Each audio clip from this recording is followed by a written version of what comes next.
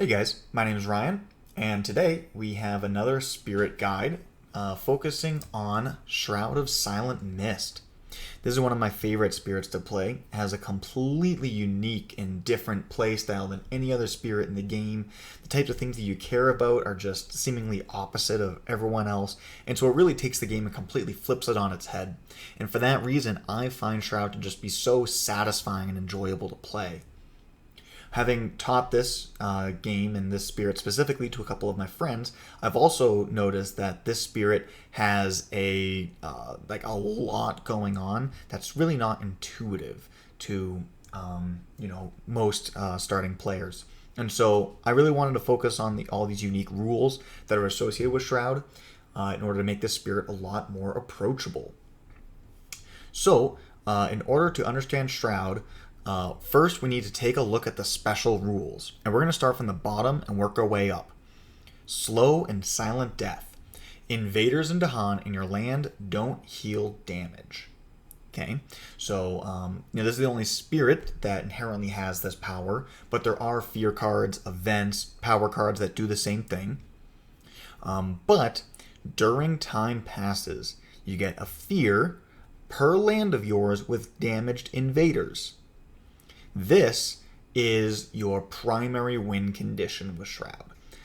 Basically, you have like this early stage of the game where you're just trying to build up as many damage lands as you possibly can, such that you can milk them for fear for the entire rest of the game. Unfortunately, there is an upper limit of 5, so you can't go completely bonkers, but 5 is a full fear card in solo. Even if you're against England 6, that's a full fear card, and it is a significant chunk of fear in a multiplayer game. And that's just for free every turn for the rest of the game. In addition, you gain an energy per 3 lands of yours with damaged invaders. So in a solo game, there's only 8 lands, so you can only get up to 2 energy per turn. But in a multiplayer game, you could get... you have 13 presence, right? So if you had 12 damage lands, that's 4 energy per turn. That's insane.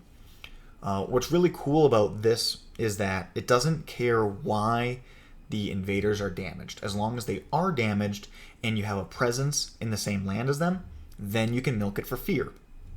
So one of the interesting things when playing as Shroud or with Shroud on your team is that you can make use of every single point of damage that is done by every single spirit.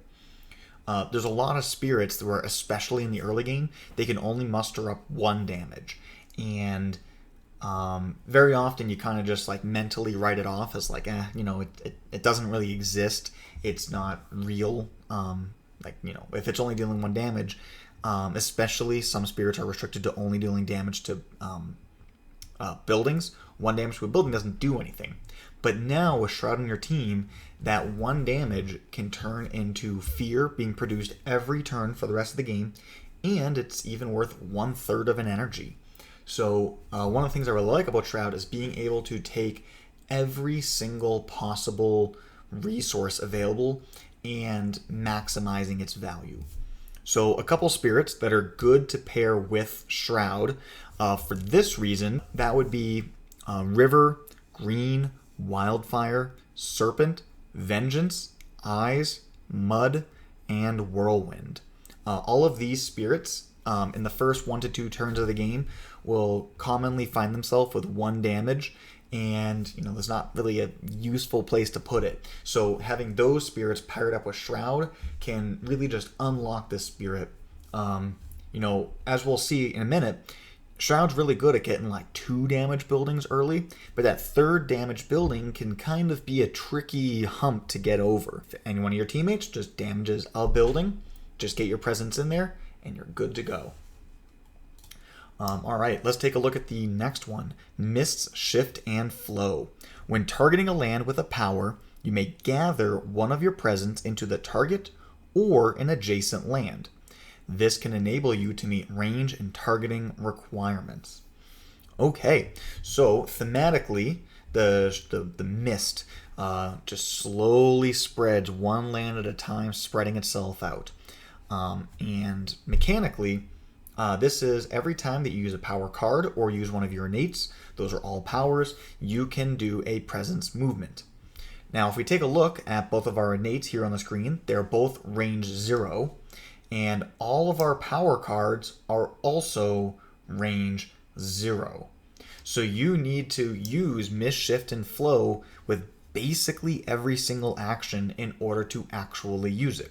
Take note that the move happens before the action is actually executed. So you can move in, and then because you moved in, you are now within legal range. That's nice.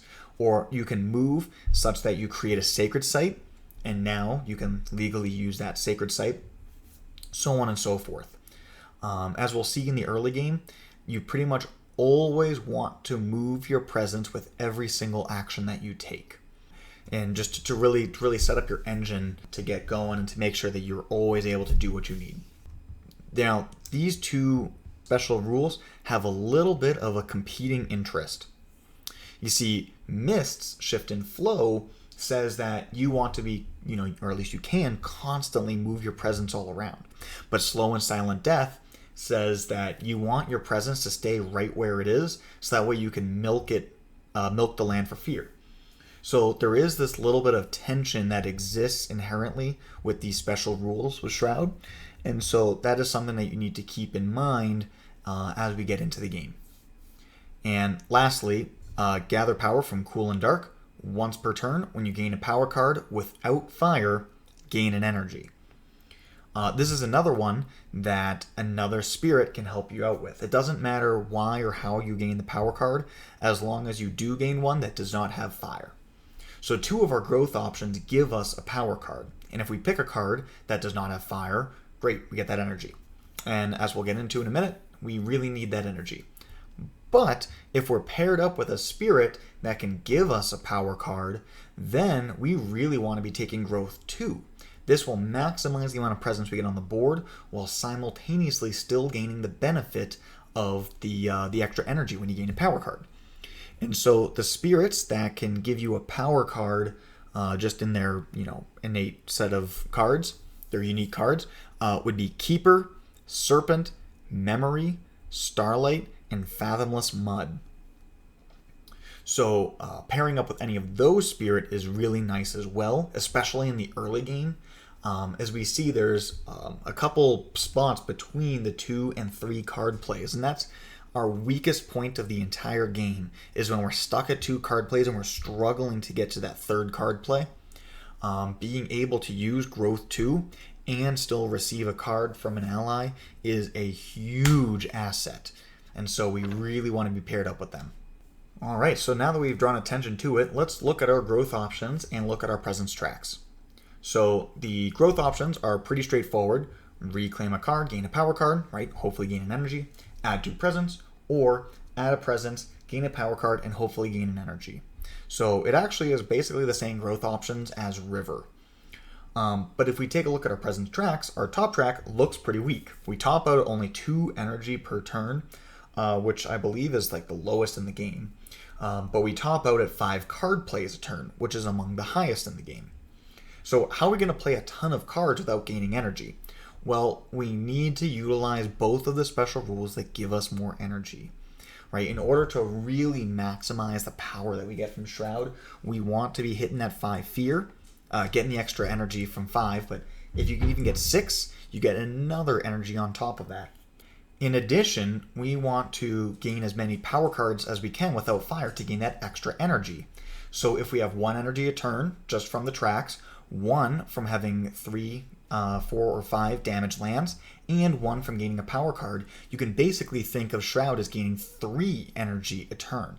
And once you have 3 energy a turn, well, now it's a lot easier to play 3 to 5 cards a turn. Alright, so now let's take a look at our innate powers. We have 2 of them, Suffocating Shroud and Lost in the Swirling Haze. There's a lot of words on these innates, so let's simplify them for a second.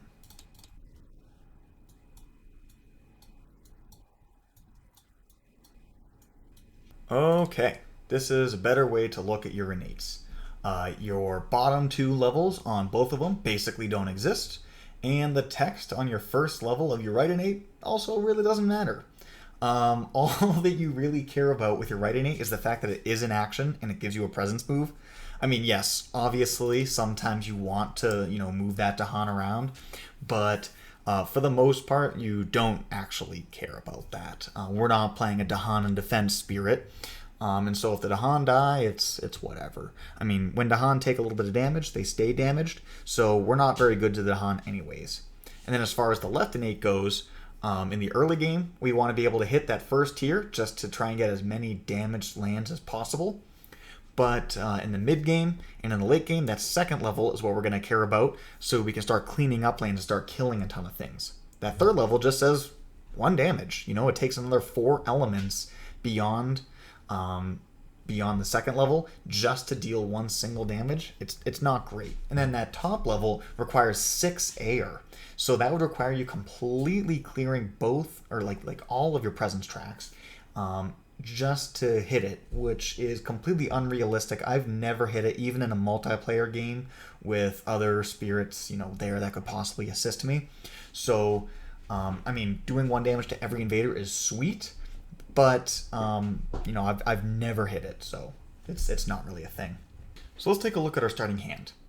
We have 4 cards, but you can basically break them up into 2 categories. You have damage with Fog Closes In and Dissolving Vapors, and then you have utility from Unnerving Pall and Flowing and Silent Form Start By. So obviously the damage cards we'll be using as much as we can over the course of the game, both in order to build up damaged lands, but then also to actually start destroying things and closing the game out. Unnerving Pall is our defensive option. So the more powerful version is where you can produce a fear, and then 3 damaged invaders don't participate in Ravage. But there are times where the defend 1 per presence you have in a land can also be relevant. The time where I most commonly would use that bottom one is, let's just say a land had something like this was in the land.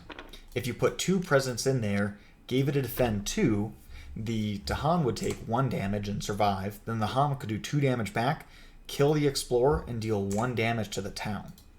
Now you have a damaged building in one of your lands, so now you can start milking that for fear for a long time. So very often in the early game, that's a common setup where I would use this Unnerving Pall for damage. But otherwise, being able to just prevent like 3 cities from ravaging is basically a defend 9. So that's really the way it's mostly going to be used. And then lastly, we have Flowing and Silent Form Start By. And this is a card that gets much more powerful over the course of the game. So, first off, 2 fear, which is nice. But when presence in target land would be destroyed, the owner may push that presence instead.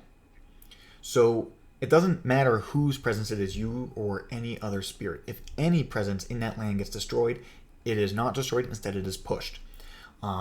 So once you get into a blighted island state, there is a lot of presence destruction that happens. First of all, there's a lot of blight cards that destroy a presence every single turn.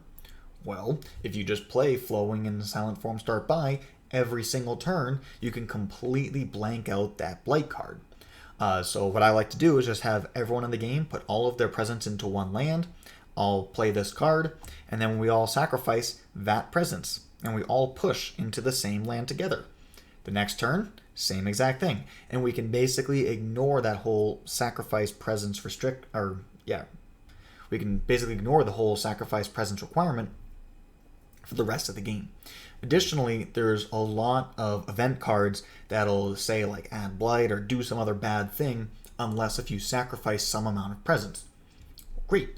If we use Flowing and Silent Forms in a land where we have multiple presence, we could quote-unquote sacrifice a few presence, but really just push them around the board and we can still use them.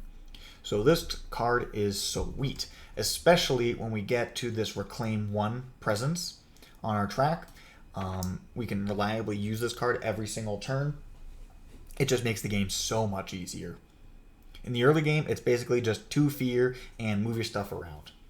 I will point out that you can also move another spirit's presence. You can gather it in. And so there are some spirits that would really appreciate this. The first one that comes to mind is Serpent, because his growth that adds presence can't go into a blighted land. So he struggles to get into blighted lands, and he has a 0 range damage dealing power. So flowing in silent forms is just great for him. It gives him a lot more access. Since I've brought up Serpent a few times already, I want to just say that that is probably the best combination you can have with Shroud. It's such a perfect pairing. So in addition to Shroud being able to help Serpent with moving his presence into blighted lands, Serpent offers so much to Shroud. So as mentioned before, there is the dealing damage to buildings. Oftentimes Serpent has 1 fire, 1 earth, and so it can deal 1 damage only to a building. Normally that's kind of useless, but with Shroud that's quite useful. Also, Serpent can give Shroud power cards. So that can be a way for Shroud to accelerate through the early game. And then just specifically with Serpent, there's one more awesome little play you can make. And so if, let's just say, Shroud opens up turn 1 with growth 2, you have 4 presence out there on the board. And Serpent plays Absorb Essence, and you play Fog Closes In. So Fog closes in, right? And one gets absorbed, so you take an air. You now have access to your left innate. So you have 2 ways to deal damage. So you can have 2 damage lands. Okay, that takes care of 2 of your presence. And your third presence can move into where Serpent adds his presence. And Absorb Essence gives him a Fire Earth. So he can deal 1 damage. And so right off the bat on turn 1, you've got 3 damaged lands, so you start getting that extra energy. You got the energy boost from the Absorb Essence. You played 1 fewer card right now.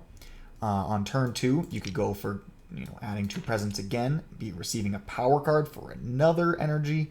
You just have an excessive amount of energy, and you have such a smooth, easy opener. You can make it to all the way to this reclaim 1 before you have to actually reclaim anything. You hit like your peak goal like as early as turn 2 with Shroud, which is just a wild situation to be in. Tons of fun. I really recommend it.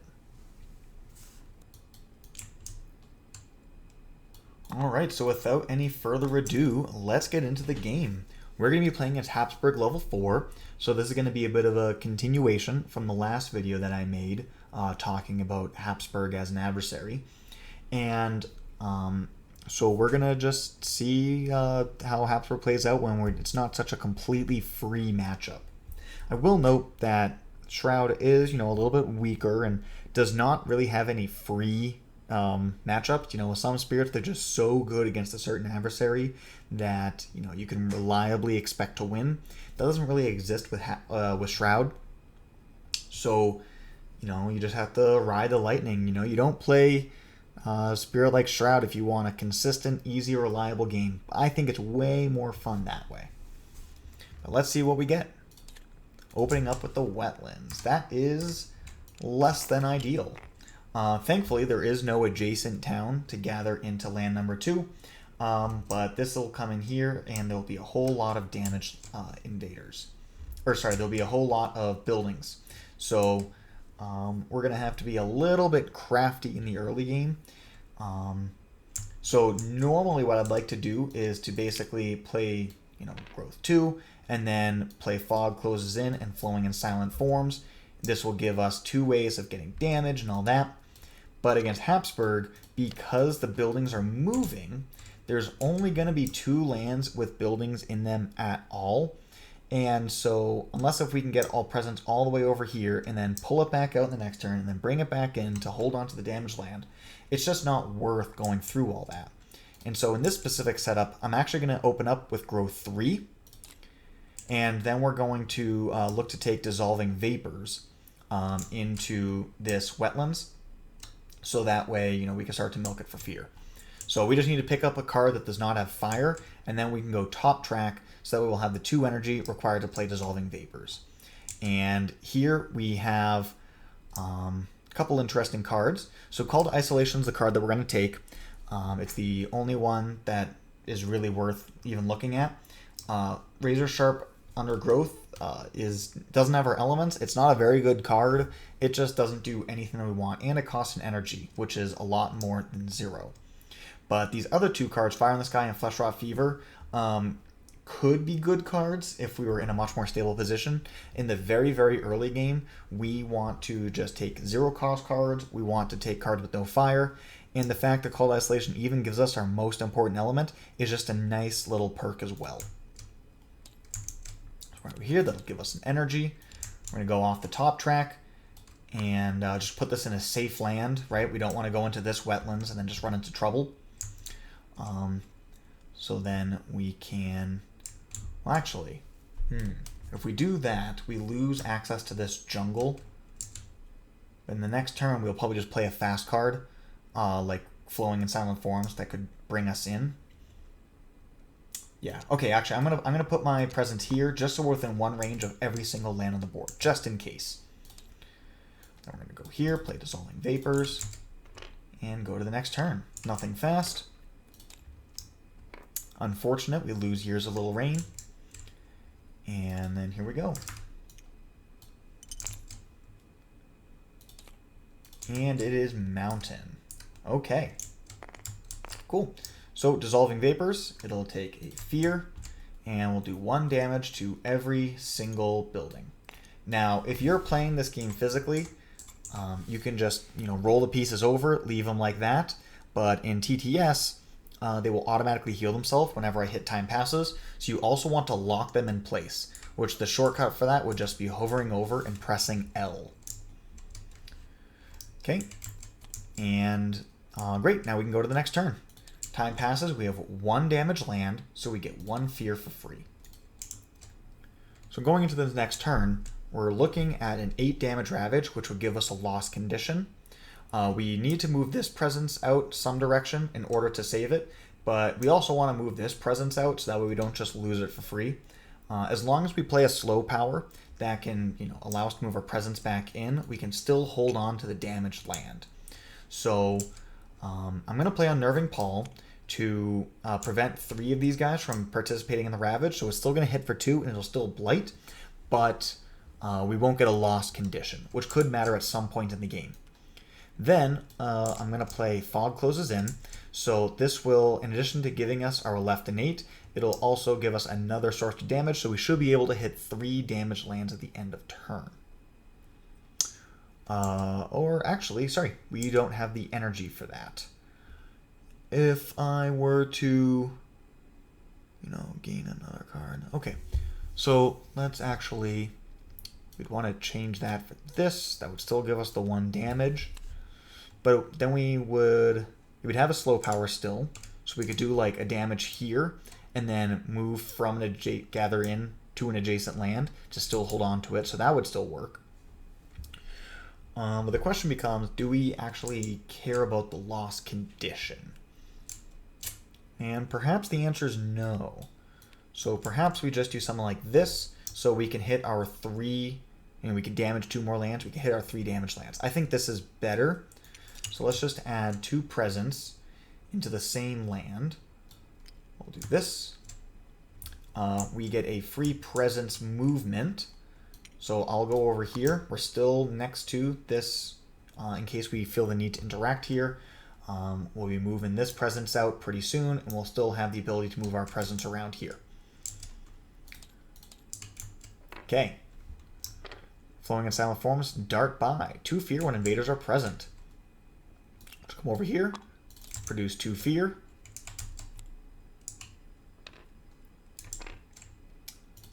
And we'll get an event.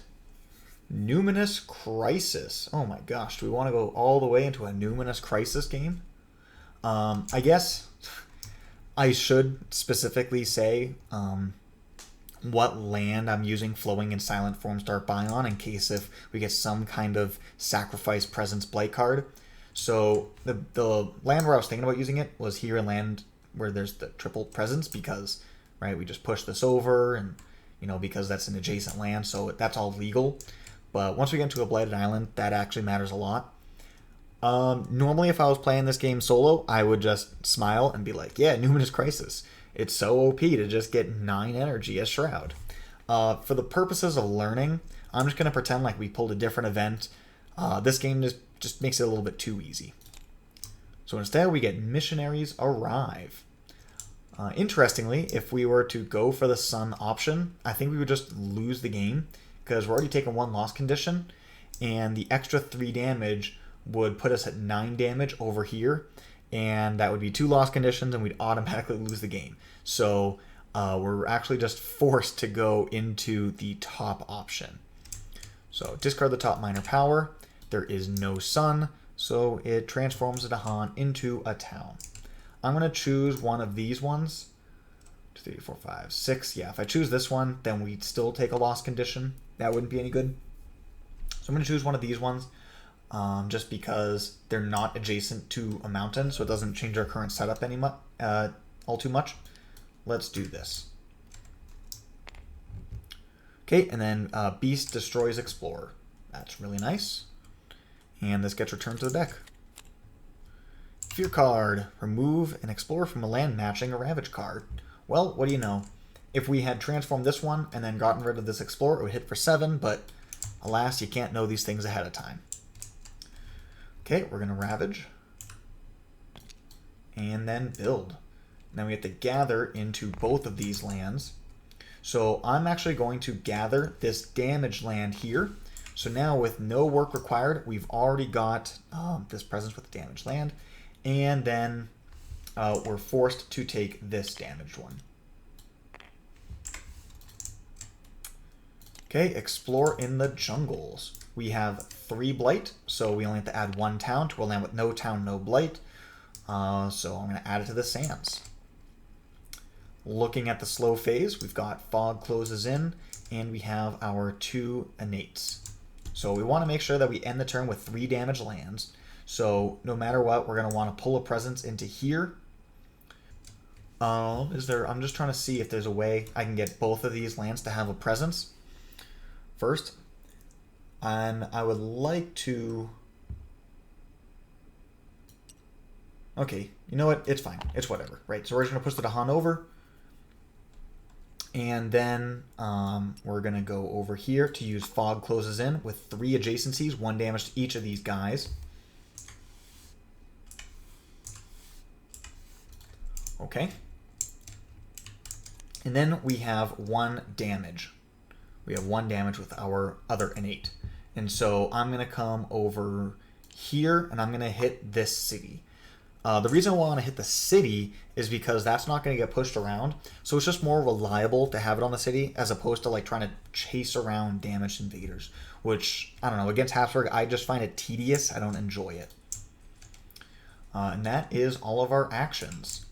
So now we will go to Time Passes, and we have 4 damaged lands, so we get 4 fear and an energy. Okay.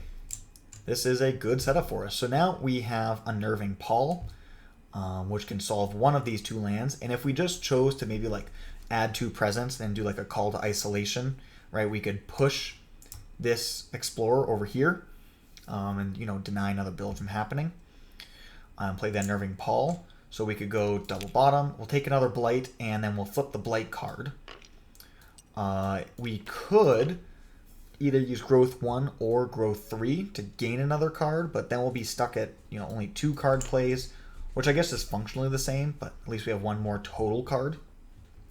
If we were really struggling and we didn't already have 4 damage buildings, this would actually be a turn where I might recommend going growth 3 and then going top track for the water, because with these 2 guys and a water, we would be able to hit our left innate, and that will just give us another damaged land.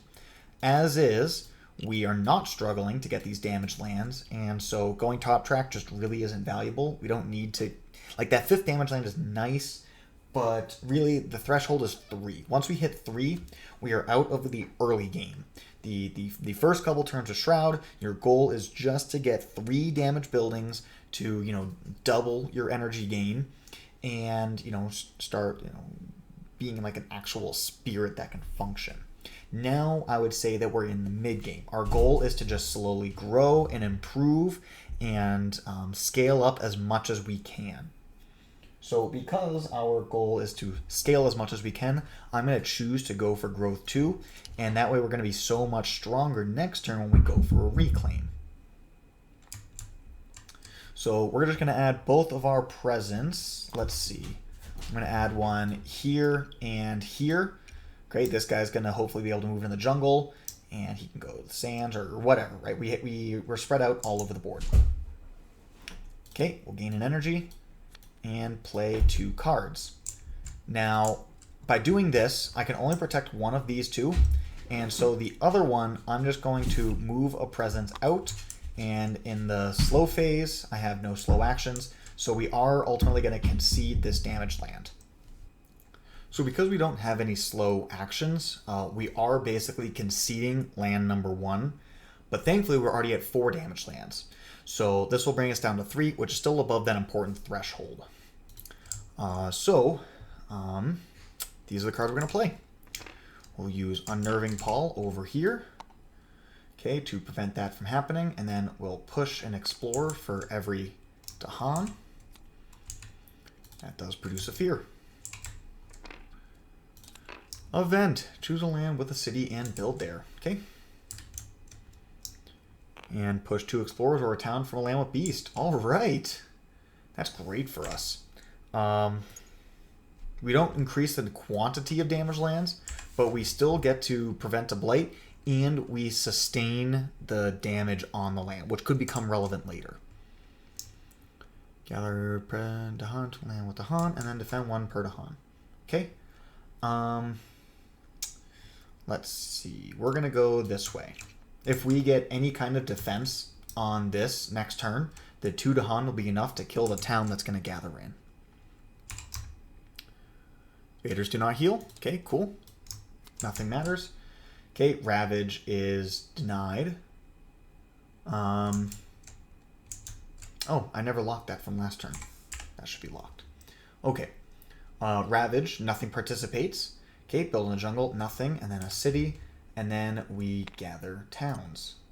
So we'll go here and here.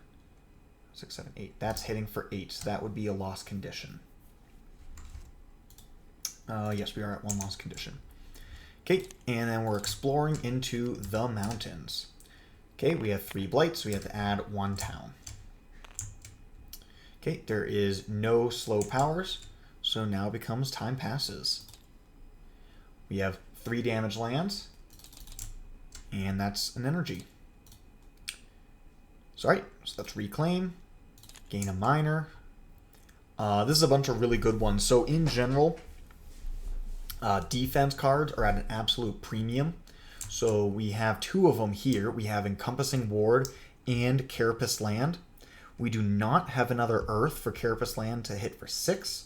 So that's not nearly as exciting, but Encompassing Ward is nice. It'll provide enough defense to kill off this town up here, and we could even do something like Flowing in Silent Forms to bring a presence in, and then give us the defend too, so that way we don't take the second loss condition in that land. And I'm thinking that is probably the best game plan that we have, because we need to provide some amount of defense here to prevent us from losing. We could do like a call to isolation to push a building out. Is that worth it? All right, so let's just say we took something like Carapace Land, and then maybe we did like Carapace Land plus call to isolation, and then for a 3rd card played something like Fog Closes In. That would give us our damage dealing innate.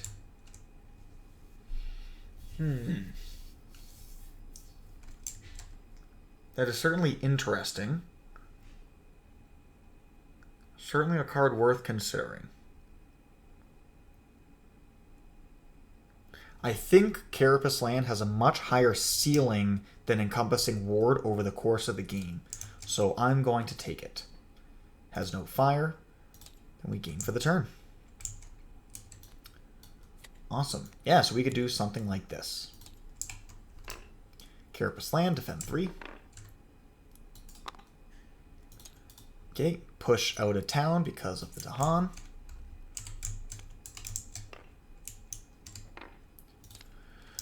Then we come over here, and the land with the most towns replace 2 with cities. Okay. So we have 3 here, so we'll place these 3 with cities. Okay. We'll do those 2. Push 2 explorers or a town from a land with a beast. Oh my gosh, this beast provides us so much value. Come back over here. Basically, it looks like we're turning this land into our big old death land. So it's the one that, as long as we can avoid... well, unfortunately, it's going to be hit sometime in Stage 3 because it's both wetlands and coastal. So we're going to have to start laying down some pain there soon. And then Dahan provides defend 2. So that would have solved itself, but here we are. Explorer, replace a town with an explorer. Okay. If you replace the damage town, the damage carries over after the transformation. So it would, if I transform this town, it would just die, which is a cool thing to think about. So maybe I'm thinking about getting rid of this town. Because as is right now, we're basically going to be adding 2 towns, gathering in a 3rd one. So we'd be at 5 buildings. This would bring us down to 4 buildings. And really my goal is to make it such that we can get down to 3 because of unnerving Paul. We're going to be able to do these and then this so we can kill off this town. So yeah, let's turn that town into an explorer, and then the explorer dies. Okay. Ravage in the jungle. This will die, and then we'll take a blight here. Downward spiral. Beginning of each invader phase, destroy a presence. So it looks like we're going to start getting a lot of value out of flowing and silent forms. This is honestly like the best blight card for Shroud because it has the highest amount of blight left on the card, and we already have a built-in solution. So this is great for us. We're going to build in the jungles and then gather from adjacencies. So we're going to gather this guy here and this guy here. Then explore the wetlands. All right. Now the game is becoming serious. Go to slow phase. So fog closes in. Okay, gather an adjacency. We get to do damage to 3 different buildings. So we'll do this. 1, 2, 3. Okay. And then we'll use our 1 damage over here to kill off this town, doing the full 4 health. And that looks like the turn. Let's go to time passes, and we have 4 damage lands. And that's an energy. So just by being able to get the extra energy from the cards and the damaged lands, we're already sitting on 4 energy, which is great. Like we only need to gain cards now when we actually need cards. Otherwise, we can keep on doing our double presence ads, but we don't need to worry about the extra energy that we gain from these options. Honestly, if this keeps going, we might even have to take a look at going for a major. So here, we could either gain a power card, okay, or we could just hit our reclaim 1. So the question really becomes, do we have anything that we want to reclaim? Well, if we're playing these cards, I mean, we have enough energy for them, so we're not trying to keep on flipping 0-cost cards. Okay, so we know we're going to use this over here. This we're going to use for the blight card, and then this is just value. This will get us our 2nd tier of our innate, so we're probably going to use those 2 abilities together to start cleaning up these lands. So really, we're just looking for more damage. And since fog closes in is really effective damage, that's what we're going to do. So let's see. I'm going to add the presence here. We're at the point now where we have enough presence to have 1 in every land, right? Because this guy comes down here, this guy comes down here, and we have 1 extra presence. So, this is kind of like our euphoric state. This is when we are at our peak power. The only other thing worth considering besides fog closes in would be Carapace land to avoid taking a blight in this land. But, I mean, we have 5, so it doesn't really matter.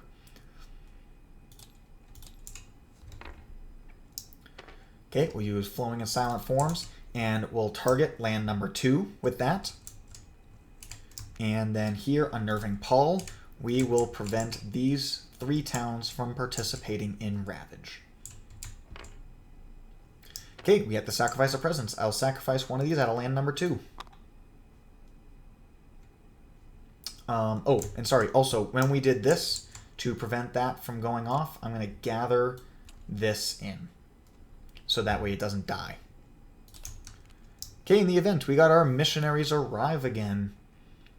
This time, the top option is worth considering, and we do have a sun card we could forget. Is that worth doing? I'm inclined to say yes, because it's fear, and we're in a situation now where we really don't want any of these to be transforming into more towns. We're at the stage of the game where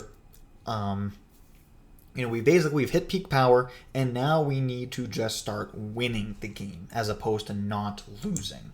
So there's only a couple Dahan left on the board anyways. Call to Isolation isn't very powerful, so we're just going to forget that to fear and add a disease to a land with a city. Let's see, we want to prevent a town from coming. That's fine by me. Beast Destroying does not do anything. So, Terror level 2, 2 fear cards. Gather an explorer town to a coastline. Defend 2 in all coastal lands. Hey, whoopah! Do we want to gather anything, though? It's worth noting we could gather here to prevent the double town build. And that is pretty high value. And in fact, I think that's what I want to do. I want to make it less and less likely for us to just lose. So let's get that town out. I'm happy to take a blight. Different land to isolate, defend those 2 of those lands. We got to defend 2, and we can provide another defend 2 with an isolation. The isolation, we could do 2 things here, right? We could use the fact that there's a defend 2 to ultimately give us a defend 4 in this land here and isolate it. Or we could put the isolation on lands 2 or 5 to prevent a town from gathering. I don't think I'm scared of land number 5 getting a town to gather, because add a town, gather a town, it's hitting for 6. We already have a bunch of damage lined up, but then we also have a defend 6 in hand. So, assuming we hit an Earth on our next power gain. So this one is not a big deal. And since we're already trying to solve all these cities, having the extra town, the town's just going to die, in the process of everything else dying. So I'm not concerned about that either. Let's just protect ourselves from taking an unnecessary blight. Okay, go to Ravage. No blight will be taken. Disease in a town. And then we will gather. So the only, unless we want to go this way, okay, I'm fine leaving that here. Okay, that's the way the town's going to gather. And then we'll gather over here. And the sands. Just cleaned them out. 4 blight, so we have to add another town. We'll go up here. And now we're in the slow phase. So we have 3 major damage dealing abilities, and we have the ability to push around some explorers. So obviously we're going to want to use the Dahan and Explorer push in these sands, but it's not worth spending a damage card on the other sands. So since this one has a blight, we're a little bit stronger here. We're going to push the Dahan with the rest of the guys, and we'll put you up here. Okay, so that is this innate. The left innate. Now we have to really start thinking about this. Well, the easy one is going to be Dissolving Vapors, because the other 2 deal damage based on adjacencies, so they're both stronger here in land number 5. Land number 2 only has 3 adjacencies, so it's worse. So let's just get this Dissolving Vapors out of the way. 1 fear, and then 1 damage to everything. So we'll go damage, damage, damage, damage, and then we will gather into an adjacent land. So we'll still hold on to these damaged lands. Okay, now we've got Fog closes in, and we have Suffocating Shroud. So if we use Suffocating Shroud, we could deal a total of 5 damage. So we could kill off both of these guys, and then, let's see, we could 1, 2, 3, 4, 5, 6. There's only 6 total health here. So, yes, the Innate is pretty good here. It can kill off everything, leaving us either just a town or just a city. I think sitting on just a town would be nice, because then that would only leave 1 city left in the game for when we hit Terror level 3. So that's what we're going to do. We're going to use this. So deal 1 damage, deal a damage for every adjacency, kill, down, and then deal 1 more damage. So before I was kind of saying that is useless, the 1 extra damage is useless, and it very well might not make a difference to the way this game goes. It's a little extra fear right now, which is nice, but we can still just use an unnerving pall to prevent the blight from coming down. So it's nice, but it's 11 elements to deal 1 damage. Let's be real. Fog closes in. Okay, here we have 5 adjacencies and we have 5 invaders, so that works out pretty good. So we can use unnerving pall here, we can defend 3 here, and we're safe for another turn. Both of these don't have a town already existing, so really we're looking like we're in a fantastic position. Is that locked already? Yes, it is. Okay. I always really study the board when I click time passes, because I want to make sure that nothing flips over. And yeah, looks like everything was locked. So we have 4 lands with damaged invaders, and that gets us an energy. Great, only a few fear cards left. So obviously now we have to reclaim all. Gain a minor. And call to trade. It's not going to be super useful for us normally. It would be really nice to have. Maybe if we push a couple to Han in, since there's no build, it's just going to gather a town. If we were to use our right Innate, or maybe use Fog closes in order to push some to Han in, then we could use Call to Guard next turn. So that's definitely worth considering. But on the other hand, There Be Monsters solves the same land by just pushing the single town out, and it doesn't come with all these caveats and requirements, and it also costs 0. So I think There Be Monsters, will be the take. These other 2 cards, Savage Mob Beast, it's a card that you take because it costs 0, even though it has a fire, it doesn't, affect you that much. And it's a damage dealing power. So this is definitely one of those cards you could justify taking in the early game when you're trying to get yourself to that 3 damaged lands threshold. But right now, we're cruising, we're just trying to close out the game. It doesn't really do anything for us that we can't already do better. And then Steam Vents is kind of the same thing. Especially with the way the Habsburg is, dealing 1 damage to everything is just more efficient than killing a single town. So we'll take Here There Be Monsters and gain an energy. So we want this to solve land number 7. We want this Unnerving Pall to solve land number 5. Carapace Land to solve land number 2. And then we have Flowing and Silent Form Start By to solve the Blight card. How does that do? As far as our innates, we just get 1 damage. That's disappointing. And we don't play any of our damage cards. If we played either one of these, we need that second water. So really, I'd be looking at maybe Carapace Land, Blight Cascade. That's not so great. Unless if... So what if we did something like... Plays Carapace Land, Fog closes in. Okay, so then we do Flowing and Silent Forms over here in land number 1, gathering in from land number 2. When the Blight Cascade hits, and instead of destroying a presence, we push it right back into land number 2. So then we wind up with all of our presence still on the board, and we're still in the land with the damaged invader.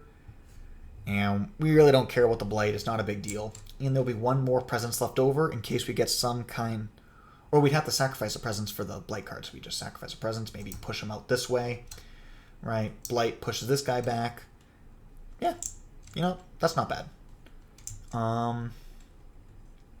That'd be Fog closes in. Here we have 4 adjacencies, and we're looking at add a presence, gather 1 in, so it'd be 3 invaders, so that's just as good as using dissolving vapors, and it costs 1 less energy, so we can hold on to dissolving vapors for another turn. So that's the game plan. Okay, we'll go over here. 2 fear, terror level 3. Unnerving Paul. 1 fear, remove those guys from ravaging. Okay. So, while there are 3 different terror levels for fear cards, in my mind I kind of divide them into 2 groups. Terror levels 1 and 2 solve like kind of just small problems. They don't do a ton for you. You can leave like a single town out there, and we've been saved by like an event or a fear card a couple times now. They're good at solving small problems, but once you hit terror level 3, like the margin of power between terror levels 2 and 3 is absolutely ridiculous. We might just win the game right now. There's only 1 city left, and we have 4 fear cards at terror level 3. There's cards that are like, remove an invader from any land or downgrade any invader, right? So if we get something like that, we can just turn the city into a town. We're just going to win the game here. So before the big final reveal, I haven't seen anything yet. I just want to kind of throw a few notes out there about Shroud. So there's 3 stages of the game, right? Early game, trying to set up, get in that 3 fear. Mid game, just holding on, milking that fear for as long as possible. And then the late game, just closing out and destroying as many things as you can. All that damage that you dealt at the very, very early game, we're still sitting on now. And so now we can start destroying things. So what was our very first card again? We started with a wetlands. So interesting. Started with the wetlands and we're ending with the wetlands ravage. That's funny. But, like all of these mountains is what I was really looking at. We can start to really chip these things down and destroy them with Shroud. So you kind of get to this point where, assuming we don't win, like immediately, we're just going to produce a ton of fear. We're probably just going to get a natural fear victory anyways. This is very likely the last ravage of the game. We have to sacrifice a presence, so we'll go this way. Invaders do +1 damage. Okay, great. Doesn't change anything. Destroy explorers and land with beasts. Doesn't do anything. Add a Dahan to a land with Dahan. No blight, no disease. Hey, we got 1 back. Terror level 3. 3 players, each player move up to 3 health worth of invaders from a land with no city. Alright, well, this prevents 2 blight if we go here. It prevents a build if we go here. I think 2 blight is better because both of them is net -1 town. Different land with Dahan. 2 damage per Dahan. Sick.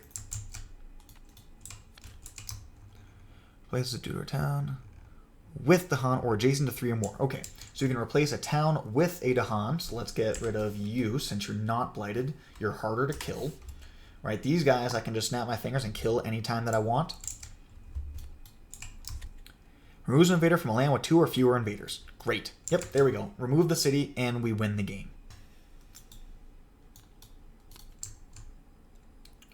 Alright, and that's the game. So, Shroud is a pretty difficult spirit to get going. It takes a lot of work in the early game to get your engine moving. You really want to soak up a little bit of support from your teammates, especially in the form of like damaged lands. That was the game, and it was another time to see how Habsburg plays out. It's a really interesting dynamic with Shroud, really abusing the fact that we can choose which damaged lands move around, allowed us to pick up that extra damaged land near the beginning of the game when we moved a damaged land into land number 1.